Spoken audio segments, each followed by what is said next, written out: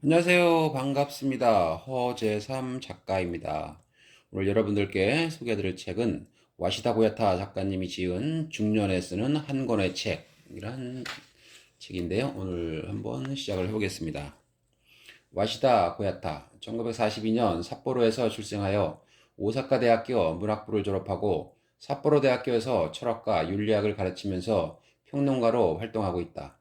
서구 철학서상을 중심으로 철학서와 자기계발을 위한 인생 지침서 등을 정열적으로 집필하고 있다. 다양하고 폭넓은 분야의 그의 저작들은 세대를 불문하고 많은 독자로부터 사랑받고 있다. 지은 책으로는 대학 교수가 되는 방법, N세대를 위한 철학여행, 생각의 에너지, 심플 마인드 등이 있다. 네, 서문으로 들어가 보겠습니다. 누군가에게 꼭 남기고 싶은 이야기가 있는가? 그렇다면 당장 글로 써보자. 시바 료타로는 평소 하고 싶은 이야기가 많았다. 그래서 펜을 들었다. 그 결과 그는 일본의 국민 작가가 되었고 엄청난 양의 작품을 남겼다. 시바 료타로가 처음부터 소설가가 될 것을 예상하고 글을 쓰지는 않았을 것이다. 어느 날부터 좋아서 쓰다 보니 자연스럽게 소설가가 되었을 것이다. 일기를 쓰듯 조용히 앉아 뭔가를 쓰고 싶은 마음은 누구에게나 있다.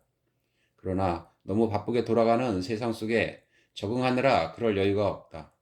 마음이 지칠 때면 뭔가를 끼적거리며 위로를 받고 싶은 마음이 굴뚝 같지만 직장에 다니고 아이를 키우느라 정신없이 바쁜 사람들에게는 먼 나라 이야기다. 직업적으로 글을 쓰는 사람들을 제외하고는 말이다. 그래도 기회는 있다. 글을 쓰고 싶다는 열정을 잃지 않는다면 그 열정이 기회를 만들어낸다. 또 만약 당신이 자녀 교육이라는 점에서 벗어났다면 자유롭게 시간을 쓸 수 있는 여유가 주어졌다면 이야기가 다르다. 이제 하고 싶은 이야기를 마음껏 써볼 수 있는 기회가 온 것이다.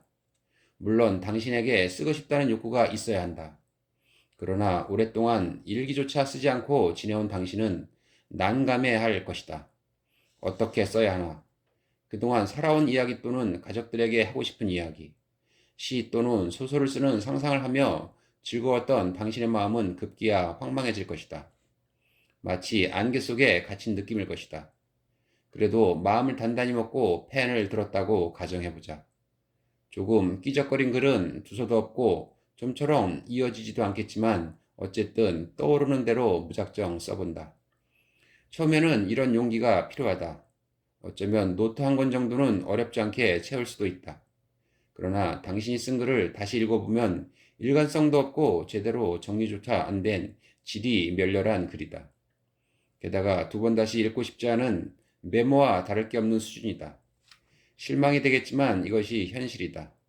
쓰고 싶은 이야기는 많은데 제대로 써지지 않는다. 나 역시 이런 경험을 숱하게 했다. 글을 쓸 때는 작법이 필요하다.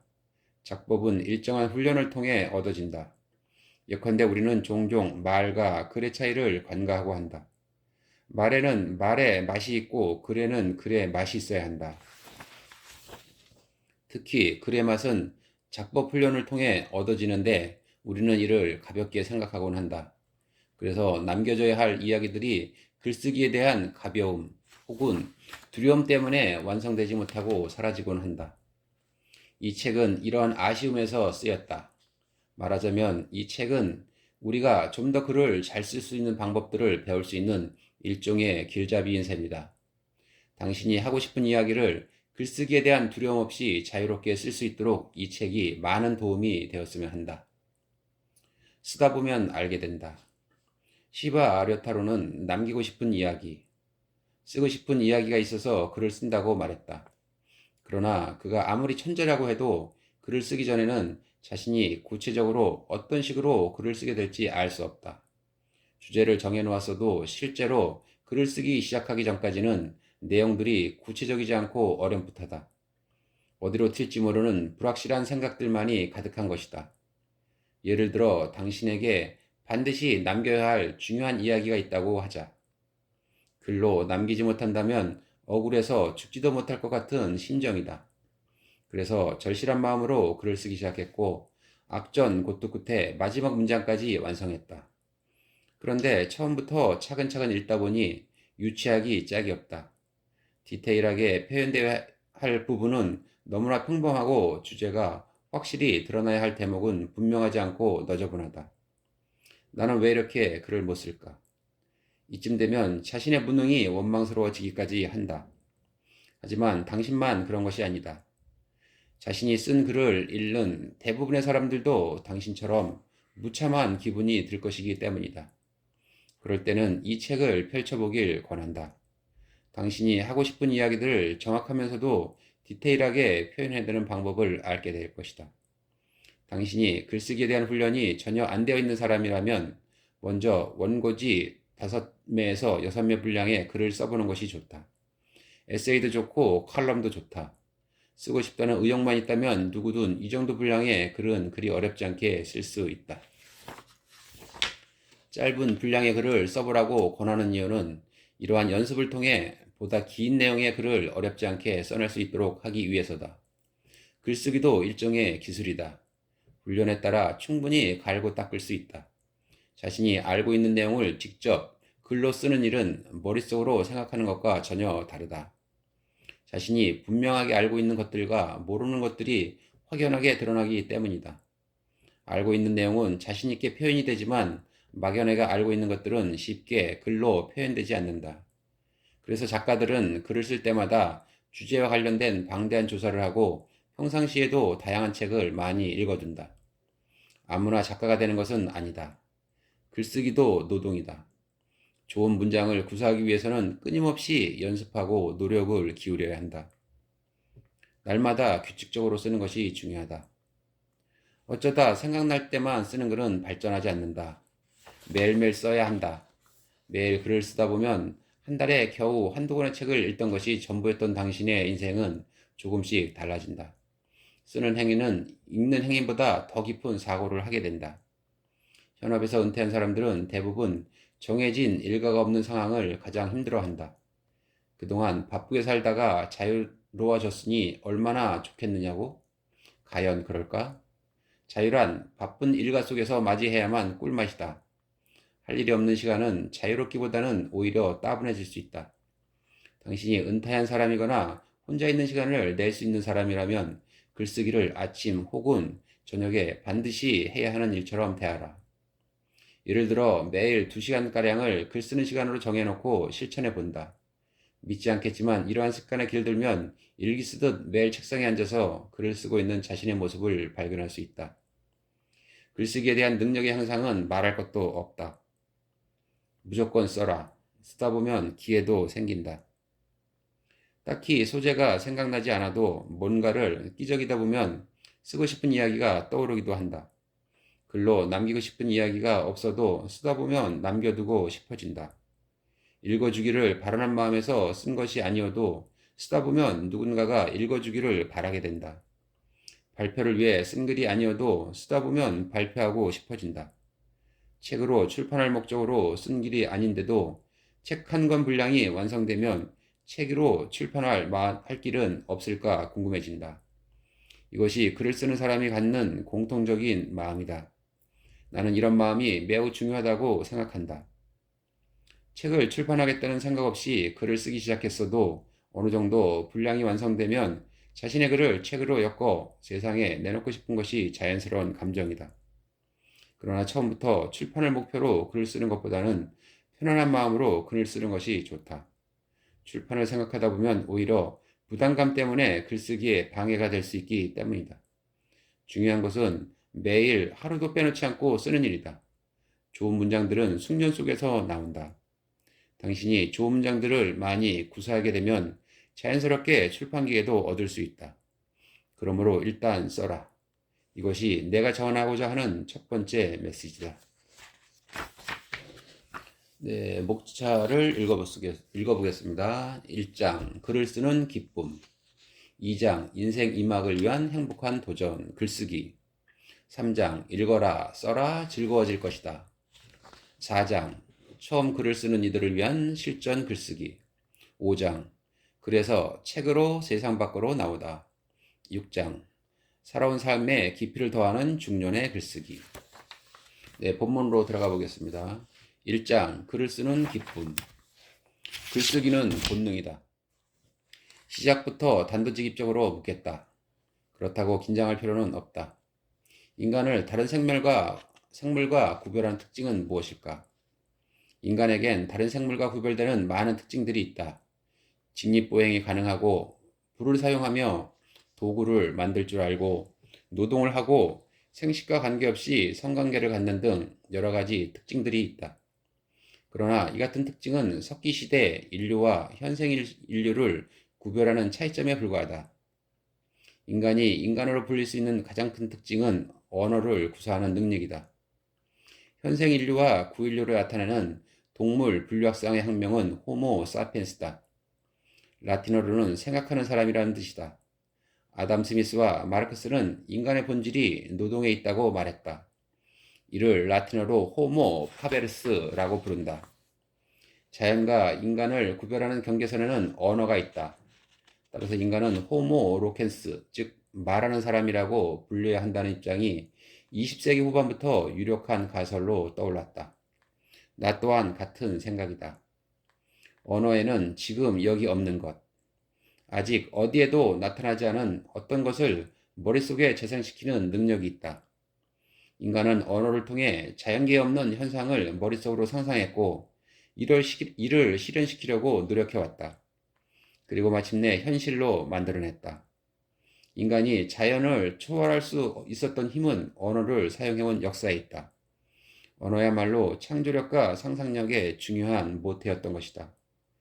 태초에 말씀이 있었다라는 성경 구절에서 말은 신의 말씀, 곧 창조주 자신이다. 그런데 여기서 종교적 관점을 떼어놓는다면 이 세계의 진짜 창조주는 말이라는 뜻이 된다. 인간은 언어를 통해 많은 것들을 만들어낸다. 언어는 단순히 말하는 용도에 그치지 않고 읽고 쓰는 데에도 사용된다. 그렇다면 말하고 읽고 쓰는 것 중 가장 창조적인 힘을 발휘하는 것은 무엇일까? 나는 쓰기라고 확신한다. 어떤 분야에서 전문적인 글쓰기가 가능한 사람을 뭐라고 부를까? 흔히 작가라고 한다. 하지만 나는 감히 창작자라고 부르겠다. 글쓰기는 인간이 가진 언어의 능력이 최고로 발휘되는 행위다. 내가 처음 책을 썼을 때 준비 기간을 제외하고 집필하는 데만 꼬박 반년이 걸렸다. 반년간의 긴장과 흥분에서 벗어나 평소의 일상생활로 돌아오는데도 비슷한 시간이 걸렸다. 글을 쓰는 동안은 고통스러움도 있지만 글을 쓰는 사람만이 느낄 수 있는 행복도 있다. 글쓰기만큼 사람을 집중시키는 일은 드물다. 집중된 시간 속에서 마음껏 생각을 펼쳐나가다 보면 다른 세상을 살고 있는 듯한 착각마저 든다.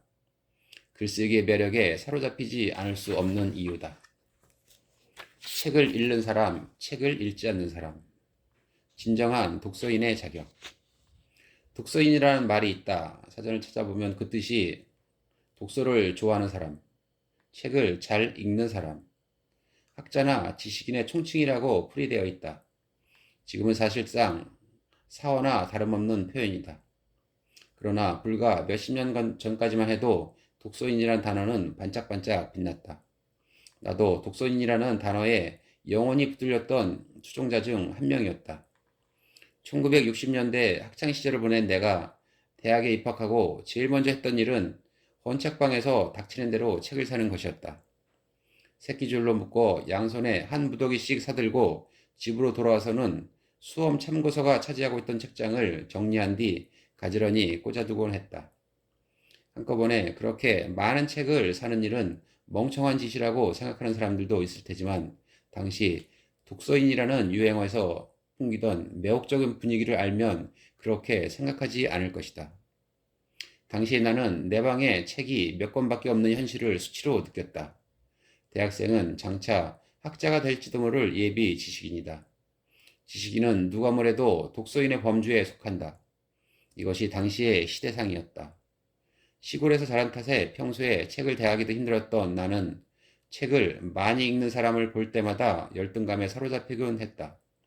그러나 다행히 문학을 공부하는 주변 친구들 또한 그다지 책이 많지 않았고 많이 읽는 편도 아니었다.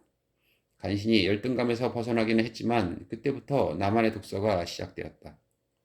그리고 15년이 지났다. 35살. 내 이름으로 책도 출판하고 성실한 지식인이 되어가고 있다고 믿고 있었을 때 나는 우연히 책 한 권을 만났다.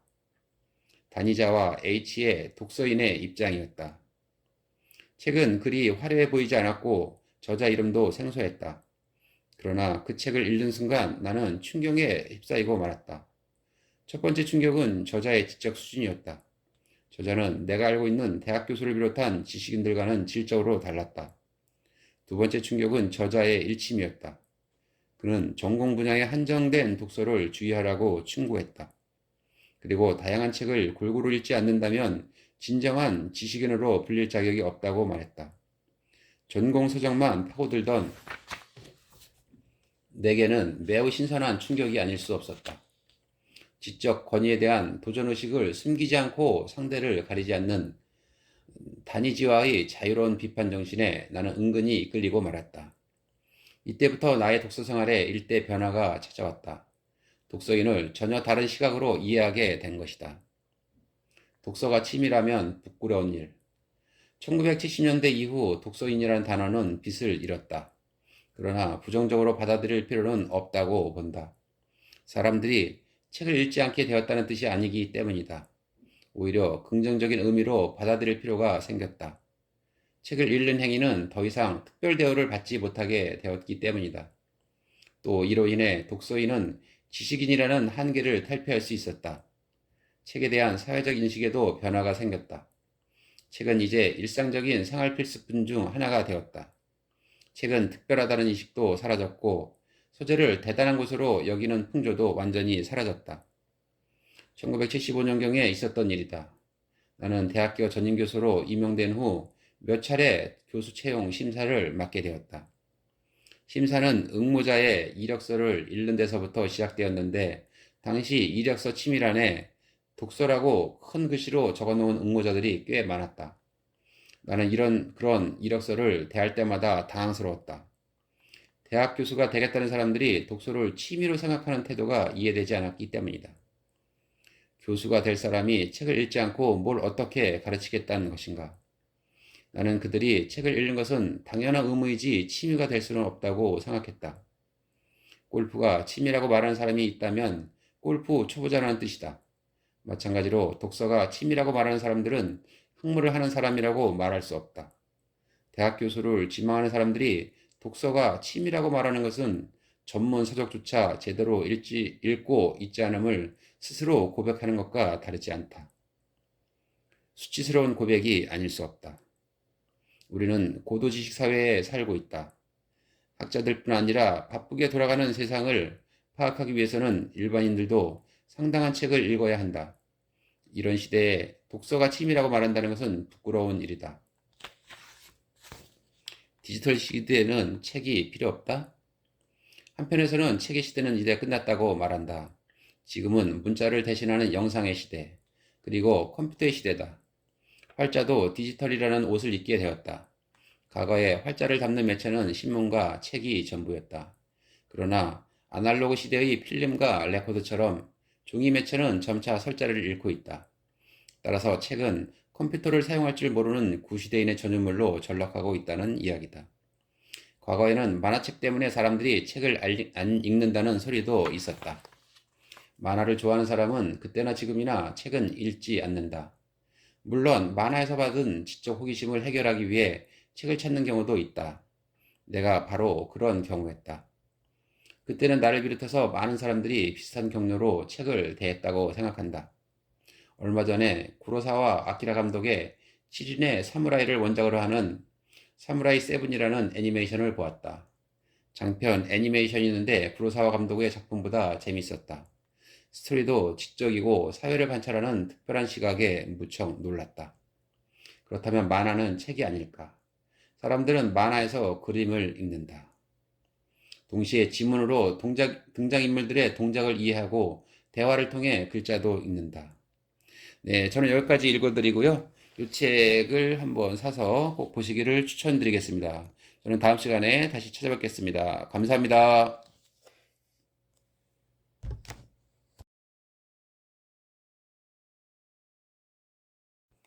안녕하세요. 반갑습니다. 허재삼 작가입니다. 오늘 여러분들께 소개해드릴 책은 와시다 고야타 작가님이 지은 중년에 쓰는 한 권의 책이란 책인데요. 오늘 한번 시작을 해보겠습니다. 와시다 고야타 1942년 삿포로에서 출생하여 오사카 대학교 문학부를 졸업하고 삿포로 대학교에서 철학과 윤리학을 가르치면서 평론가로 활동하고 있다. 서구 철학서상을 중심으로 철학서와 자기계발을 위한 인생 지침서 등을 정열적으로 집필하고 있다. 다양하고 폭넓은 분야의 그의 저작들은 세대를 불문하고 많은 독자로부터 사랑받고 있다. 지은 책으로는 대학 교수가 되는 방법, N세대를 위한 철학여행, 생각의 에너지, 심플 마인드 등이 있다. 네, 서문으로 들어가 보겠습니다. 누군가에게 꼭 남기고 싶은 이야기가 있는가? 그렇다면 당장 글로 써보자. 시바 료타로는 평소 하고 싶은 이야기가 많았다. 그래서 펜을 들었다. 그 결과 그는 일본의 국민 작가가 되었고 엄청난 양의 작품을 남겼다. 시바 료타로가 처음부터 소설가가 될 것을 예상하고 글을 쓰지는 않았을 것이다. 어느 날부터 좋아서 쓰다 보니 자연스럽게 소설가가 되었을 것이다. 일기를 쓰듯 조용히 앉아 뭔가를 쓰고 싶은 마음은 누구에게나 있다. 그러나 너무 바쁘게 돌아가는 세상 속에 적응하느라 그럴 여유가 없다. 마음이 지칠 때면 뭔가를 끼적거리며 위로를 받고 싶은 마음이 굴뚝 같지만 직장에 다니고 아이를 키우느라 정신없이 바쁜 사람들에게는 먼 나라 이야기다. 직업적으로 글을 쓰는 사람들을 제외하고는 말이다. 그래도 기회는 있다. 글을 쓰고 싶다는 열정을 잃지 않는다면 그 열정이 기회를 만들어낸다. 또 만약 당신이 자녀 교육이라는 점에서 벗어났다면 자유롭게 시간을 쓸 수 있는 여유가 주어졌다면 이야기가 다르다. 이제 하고 싶은 이야기를 마음껏 써볼 수 있는 기회가 온 것이다. 물론 당신에게 쓰고 싶다는 욕구가 있어야 한다. 그러나 오랫동안 일기조차 쓰지 않고 지내온 당신은 난감해할 것이다. 어떻게 써야 하나? 그동안 살아온 이야기 또는 가족들에게 하고 싶은 이야기, 시 또는 소설을 쓰는 상상을 하며 즐거웠던 당신의 마음은 급기야 황망해질 것이다. 마치 안개 속에 갇힌 느낌일 것이다. 그래도 마음을 단단히 먹고 펜을 들었다고 가정해보자. 조금 끼적거린 글은 두서도 없고 좀처럼 이어지지도 않겠지만 어쨌든 떠오르는 대로 무작정 써본다. 처음에는 이런 용기가 필요하다. 어쩌면 노트 한 권 정도는 어렵지 않게 채울 수도 있다. 그러나 당신이 쓴 글을 다시 읽어보면 일관성도 없고 제대로 정리조차 안 된 질이 멸렬한 글이다.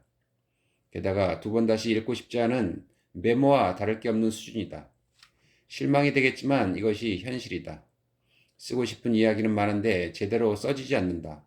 나 역시 이런 경험을 숱하게 했다. 글을 쓸 때는 작법이 필요하다.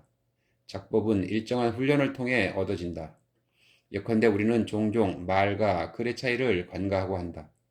말에는 말의 맛이 있고 글에는 글의 맛이 있어야 한다. 특히 글의 맛은 작법 훈련을 통해 얻어지는데 우리는 이를 가볍게 생각하곤 한다. 그래서 남겨져야 할 이야기들이 글쓰기에 대한 가벼움 혹은 두려움 때문에 완성되지 못하고 사라지곤 한다. 이 책은 이러한 아쉬움에서 쓰였다. 말하자면 이 책은 우리가 좀 더 글을 잘 쓸 수 있는 방법들을 배울 수 있는 일종의 길잡이인 셈이다. 당신이 하고 싶은 이야기를 글쓰기에 대한 두려움 없이 자유롭게 쓸 수 있도록 이 책이 많은 도움이 되었으면 한다. 쓰다 보면 알게 된다.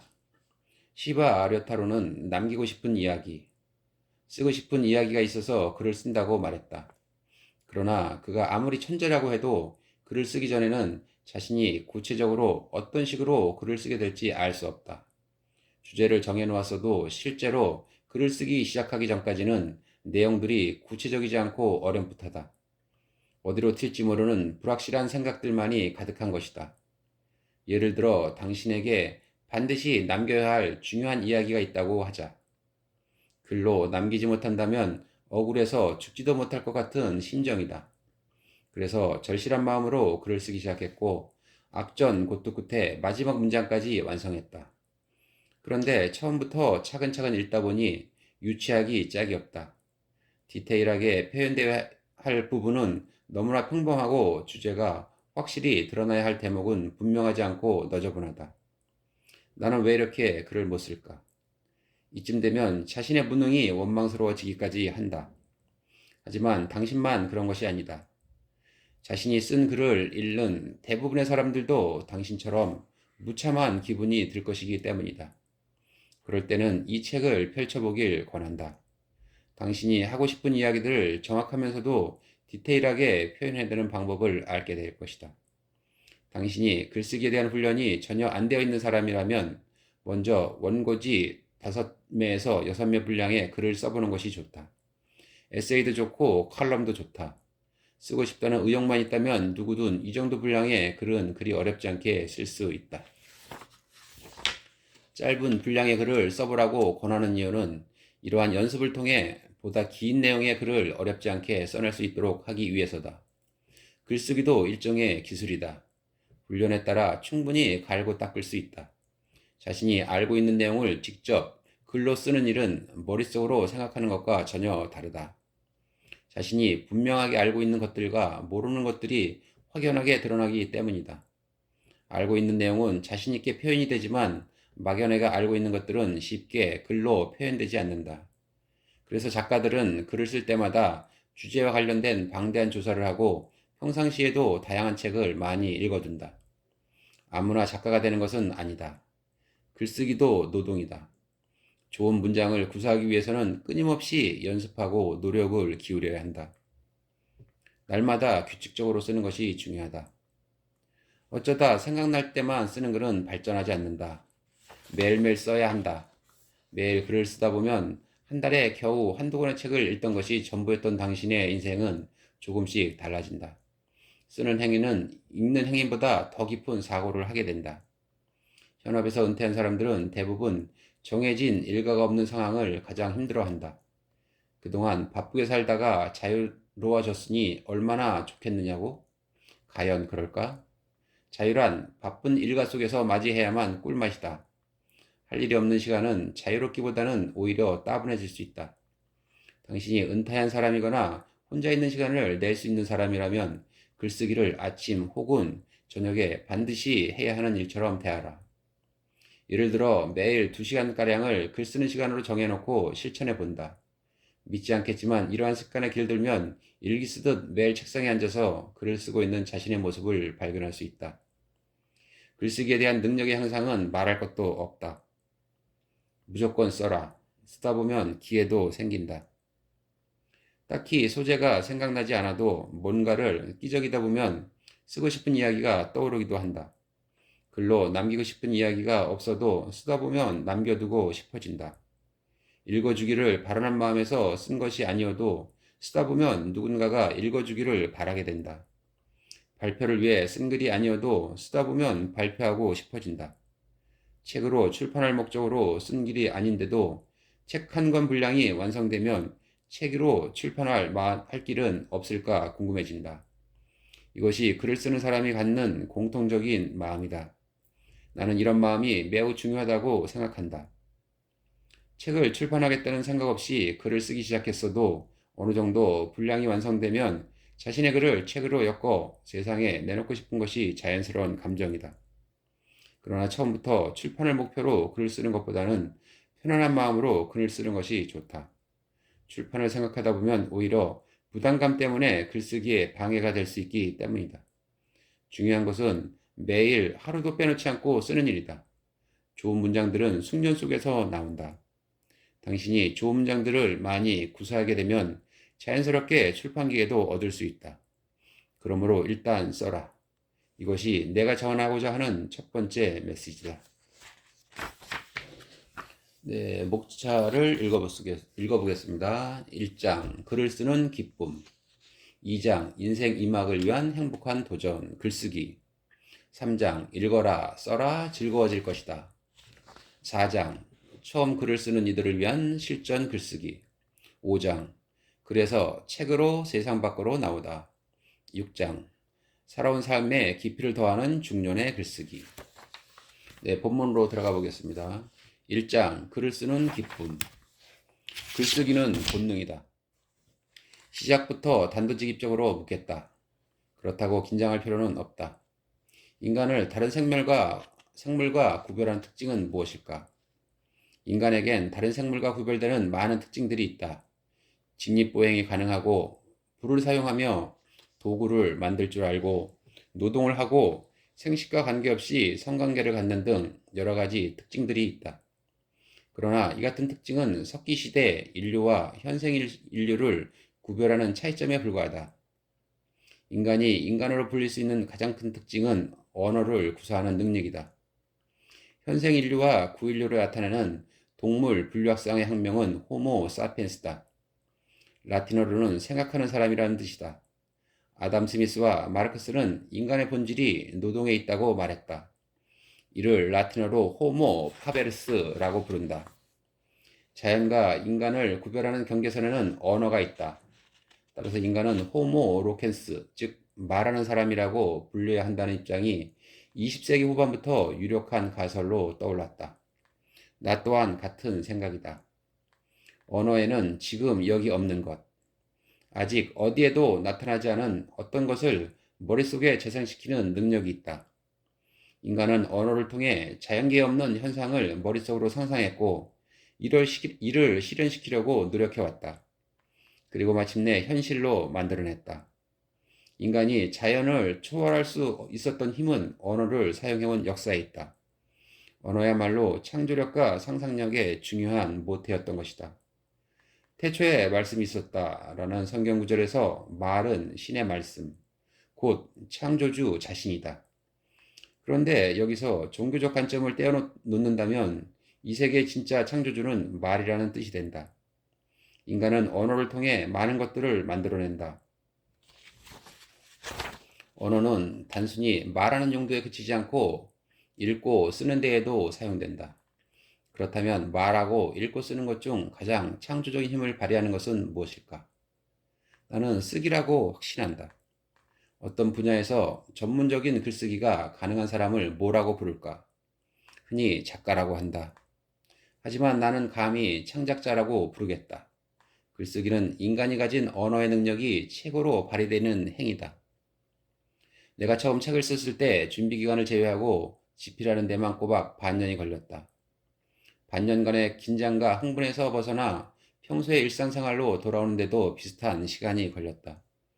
글을 쓰는 동안은 고통스러움도 있지만 글을 쓰는 사람만이 느낄 수 있는 행복도 있다. 글쓰기만큼 사람을 집중시키는 일은 드물다. 집중된 시간 속에서 마음껏 생각을 펼쳐나가다 보면 다른 세상을 살고 있는 듯한 착각마저 든다. 글쓰기의 매력에 사로잡히지 않을 수 없는 이유다. 책을 읽는 사람, 책을 읽지 않는 사람. 진정한 독서인의 자격. 독서인이라는 말이 있다. 사전을 찾아보면 그 뜻이 독서를 좋아하는 사람, 책을 잘 읽는 사람, 학자나 지식인의 총칭이라고 풀이되어 있다. 지금은 사실상 사어나 다름없는 표현이다. 그러나 불과 몇십 년 전까지만 해도 독서인이라는 단어는 반짝반짝 빛났다. 나도 독서인이라는 단어에 영원히 붙들렸던 추종자 중 한 명이었다. 1960년대 학창시절을 보낸 내가 대학에 입학하고 제일 먼저 했던 일은 헌책방에서 닥치는 대로 책을 사는 것이었다. 새끼줄로 묶어 양손에 한 무더기씩 사들고 집으로 돌아와서는 수험 참고서가 차지하고 있던 책장을 정리한 뒤 가지런히 꽂아두곤 했다. 한꺼번에 그렇게 많은 책을 사는 일은 멍청한 짓이라고 생각하는 사람들도 있을 테지만 당시 독서인이라는 유행어에서 풍기던 매혹적인 분위기를 알면 그렇게 생각하지 않을 것이다. 당시에 나는 내 방에 책이 몇 권밖에 없는 현실을 수치로 느꼈다. 대학생은 장차 학자가 될지도 모를 예비 지식인이다. 지식인은 누가 뭐래도 독서인의 범주에 속한다. 이것이 당시의 시대상이었다. 시골에서 자란 탓에 평소에 책을 대하기도 힘들었던 나는 책을 많이 읽는 사람을 볼 때마다 열등감에 사로잡히곤 했다. 그러나 다행히 문학을 공부하는 주변 친구들 또한 그다지 책이 많지 않았고 많이 읽는 편도 아니었다. 간신히 열등감에서 벗어나기는 했지만 그때부터 나만의 독서가 시작되었다. 그리고 15년이 지났다. 35살. 내 이름으로 책도 출판하고 성실한 지식인이 되어가고 있다고 믿고 있었을 때 나는 우연히 책 한 권을 만났다. 단이자와 H의 독서인의 입장이었다. 책은 그리 화려해 보이지 않았고 저자 이름도 생소했다. 그러나 그 책을 읽는 순간 나는 충격에 휩싸이고 말았다. 첫 번째 충격은 저자의 지적 수준이었다. 저자는 내가 알고 있는 대학 교수를 비롯한 지식인들과는 질적으로 달랐다. 두 번째 충격은 저자의 일침이었다. 그는 전공 분야에 한정된 독서를 주의하라고 충고했다. 그리고 다양한 책을 골고루 읽지 않는다면 진정한 지식인으로 불릴 자격이 없다고 말했다. 전공 서적만 파고들던 내게는 매우 신선한 충격이 아닐 수 없었다. 지적 권위에 대한 도전의식을 숨기지 않고 상대를 가리지 않는 다니지와의 자유로운 비판 정신에 나는 은근히 이끌리고 말았다. 이때부터 나의 독서 생활에 일대 변화가 찾아왔다. 독서인을 전혀 다른 시각으로 이해하게 된 것이다. 독서가 취미라면 부끄러운 일. 1970년대 이후 독서인이라는 단어는 빛을 잃었다. 그러나 부정적으로 받아들일 필요는 없다고 본다. 사람들이 책을 읽지 않게 되었다는 뜻이 아니기 때문이다. 오히려 긍정적인 의미로 받아들일 필요가 생겼다. 책을 읽는 행위는 더 이상 특별 대우를 받지 못하게 되었기 때문이다. 또 이로 인해 독서인은 지식인이라는 한계를 탈피할 수 있었다. 책에 대한 사회적 인식에도 변화가 생겼다. 책은 이제 일상적인 생활 필수품 중 하나가 되었다. 책은 특별하다는 인식도 사라졌고 소재를 대단한 것으로 여기는 풍조도 완전히 사라졌다. 1975년경에 있었던 일이다. 나는 대학교 전임교수로 임명된 후 몇 차례 교수 채용 심사를 맡게 되었다. 심사는 응모자의 이력서를 읽는 데서부터 시작되었는데 당시 이력서 치밀란에 독서라고 큰 글씨로 적어놓은 응모자들이 꽤 많았다. 나는 그런 이력서를 대할 때마다 당황스러웠다. 대학 교수가 되겠다는 사람들이 독서를 취미로 생각하는 태도가 이해되지 않았기 때문이다. 교수가 될 사람이 책을 읽지 않고 뭘 어떻게 가르치겠다는 것인가? 나는 그들이 책을 읽는 것은 당연한 의무이지 취미가 될 수는 없다고 생각했다. 골프가 취미라고 말하는 사람이 있다면 골프 초보자라는 뜻이다. 마찬가지로 독서가 취미라고 말하는 사람들은 학문을 하는 사람이라고 말할 수 없다. 대학 교수를 지망하는 사람들이 독서가 취미라고 말하는 것은 전문 서적조차 제대로 읽고 있지 않음을 스스로 고백하는 것과 다르지 않다. 수치스러운 고백이 아닐 수 없다. 우리는 고도지식 사회에 살고 있다. 학자들뿐 아니라 바쁘게 돌아가는 세상을 파악하기 위해서는 일반인들도 상당한 책을 읽어야 한다. 이런 시대에 독서가 취미라고 말한다는 것은 부끄러운 일이다. 디지털 시대에는 책이 필요 없다? 한편에서는 책의 시대는 이제 끝났다고 말한다. 지금은 문자를 대신하는 영상의 시대, 그리고 컴퓨터의 시대다. 활자도 디지털이라는 옷을 입게 되었다. 과거에 활자를 담는 매체는 신문과 책이 전부였다. 그러나 아날로그 시대의 필름과 레코드처럼 종이 매체는 점차 설자를 잃고 있다. 따라서 책은 컴퓨터를 사용할 줄 모르는 구시대인의 전유물로 전락하고 있다는 이야기다. 과거에는 만화책 때문에 사람들이 책을 안 읽는다는 소리도 있었다. 만화를 좋아하는 사람은 그때나 지금이나 책은 읽지 않는다. 물론 만화에서 받은 지적 호기심을 해결하기 위해 책을 찾는 경우도 있다. 내가 바로 그런 경우였다. 그때는 나를 비롯해서 많은 사람들이 비슷한 경로로 책을 대했다고 생각한다. 얼마 전에 구로사와 아키라 감독의 7인의 사무라이를 원작으로 하는 사무라이 7이라는 애니메이션을 보았다. 장편 애니메이션이었는데 구로사와 감독의 작품보다 재밌었다. 스토리도 지적이고 사회를 관찰하는 특별한 시각에 무척 놀랐다. 그렇다면 만화는 책이 아닐까? 사람들은 만화에서 그림을 읽는다. 동시에 지문으로 등장인물들의 동작을 이해하고 대화를 통해 글자도 읽는다. 네, 저는 여기까지 읽어드리고요. 이 책을 한번 사서 꼭 보시기를 추천드리겠습니다.